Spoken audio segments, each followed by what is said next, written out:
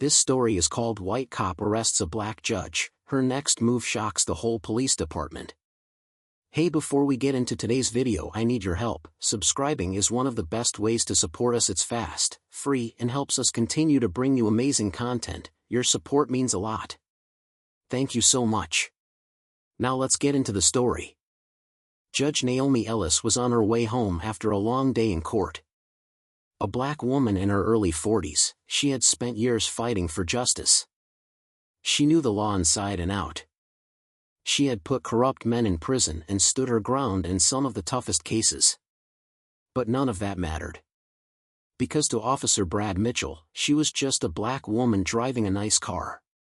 And that was enough. The flashing lights. She was 2 blocks from home when she saw the red and blue lights in her rearview mirror. Her stomach tightened. She wasn't speeding. Her tags were up to date. She hadn't broken a single law. And yet, here she was. Naomi pulled over, took a deep breath, and rolled down her window. A white officer approached, tall, buzz-cut, a smirk that told her he already thought he had the upper hand. License and registration. She didn't argue. Didn't challenge. Just handed them over. The officer glanced at her license, then back at her. "This your car?" She raised an eyebrow. "You can read, can't you?" His jaw tightened. "Step out of the vehicle." And just like that, it had begun. The humiliation. Naomi stepped out, keeping her hands where he could see them. The officer circled her car, scanning her like she was a criminal. "Where are you headed?" "Home." "Where's home?" She looked him dead in the eye. 2 blocks from here. You know, the big house with the iron gate. The one I bought with my own money." His smirk twitched. Because that didn't fit his narrative. But instead of letting her go, he doubled down. "Turn around and put your hands on the hood." Her heart pounded. "Excuse me?" Suspicion of a stolen vehicle. "Do it now." She almost laughed. Her car. Her name on the registration. And he was still doing this. But fine. She'd play along.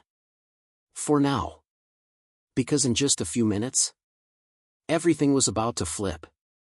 Naomi Ellis stood with her hands on the hood of her own damn car, feeling the cold metal under her palms. She had seen this happen to too many people. She had spent her career fighting against it. But now it was happening to her. The search that was never justified. Officer Brad Mitchell patted her down, rougher than necessary. She didn't resist. Didn't argue. Because she knew how these stories ended. And she wasn't about to give him the excuse he was itching for. His partner, a younger officer who looked nervous as hell, cleared his throat. Brad, maybe we should just run our plates again. Everything's checking out." Mitchell shot him a look. "And maybe you should let me handle this." The younger cop swallowed hard and stayed quiet. Mitchell smirked at Naomi. "What? You got somewhere to be?" Naomi's lips curled into a slow smile. "Oh, trust me. I have time." Mitchell opened her glove compartment, rifling through her belongings like he owned them. Then he checked her trunk. Her back seat. Looking for anything to justify what he was doing. Anything to turn her into the criminal he already believed she was. But there was nothing. Because Naomi Ellis had done nothing wrong. Then he went too far. Mitchell slammed the trunk shut, turning back to her with mock disappointment.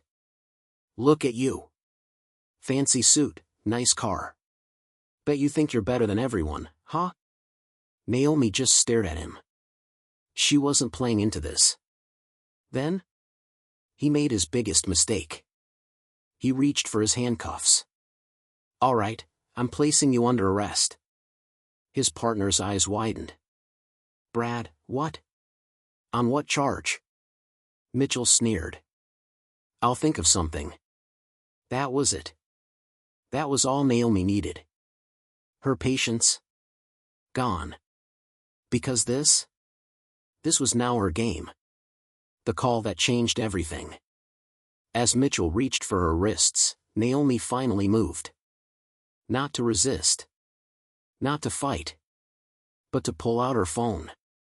Mitchell stiffened. Put that down. Naomi didn't even blink.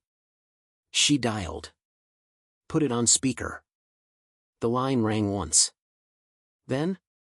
A voice answered. Deep. Steady. Authority dripping from every syllable. Ellis? What's going on? Naomi's smile was slow. Dangerous. Oh, nothing much, Chief. Just an overzealous officer trying to arrest me. Thought you might want to hear this. Mitchell's smirk vanished. Wait. What? The voice on the phone turned ice cold. Ellis. As in Judge Naomi Ellis? Mitchell stumbled back. His partner turned pale. Naomi crossed her arms. You know, Chief, I'd love to see the look on his face right now. I assume you're sending someone to clean up his mess? The chief's sigh was lethal. I'll handle it. Click. Line dead. And just like that? Mitchell knew. He had screwed up. Bad. Officer Brad Mitchell stood frozen, his face draining of color. His partner? He looked like he wanted to quit on the spot. Because now they knew exactly who they had just tried to arrest. Judge Naomi Ellis. Not just any judge. One of the most powerful in the city. A woman with connections all the way to the governor's office. And, most importantly, a woman who wasn't about to let this slide. The chief arrives, and Mitchell panics. 10 minutes later, police SUVs rolled up. Chief Daniel Harris stepped out, looking furious. Mitchell immediately started talking. Sir, I didn't know who she was. I was just. The chief's glare shut him up instantly. You didn't know who she was? His voice was dangerously low. So you only pull this nonsense when it's someone you think doesn't matter? Mitchell opened his mouth. Closed it. Because he knew. There was no getting out of this. Naomi delivers the final blow. Naomi took a step forward, adjusting her perfectly tailored suit. Chief, I have a question. He nodded stiffly. Yes, Judge Ellis. Her voice was calm. Deadly. How many times do you think this has happened before?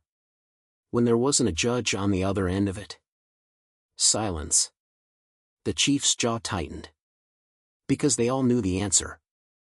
Too many times. Naomi turned to Mitchell. You looked me in the face and assumed I was a criminal. Didn't ask questions. Didn't check facts. You just saw a black woman in a nice car and decided that was a problem. Mitchell stared at the ground. But Naomi? She wasn't finished. She looked at the chief. This department has a culture problem. And I think it's time we fix it. The chief nodded grimly. Say the word. Naomi smiled. Fire him. The last humiliation. Mitchell's head snapped up. Wait, no. Please, sir, The chief didn't even hesitate. Hand over your badge. Now. The younger officer winced but said nothing. Because he knew this was coming. Mitchell stared, shaking, before finally unpinning his badge and handing it over. He had spent his entire career abusing his power. And now?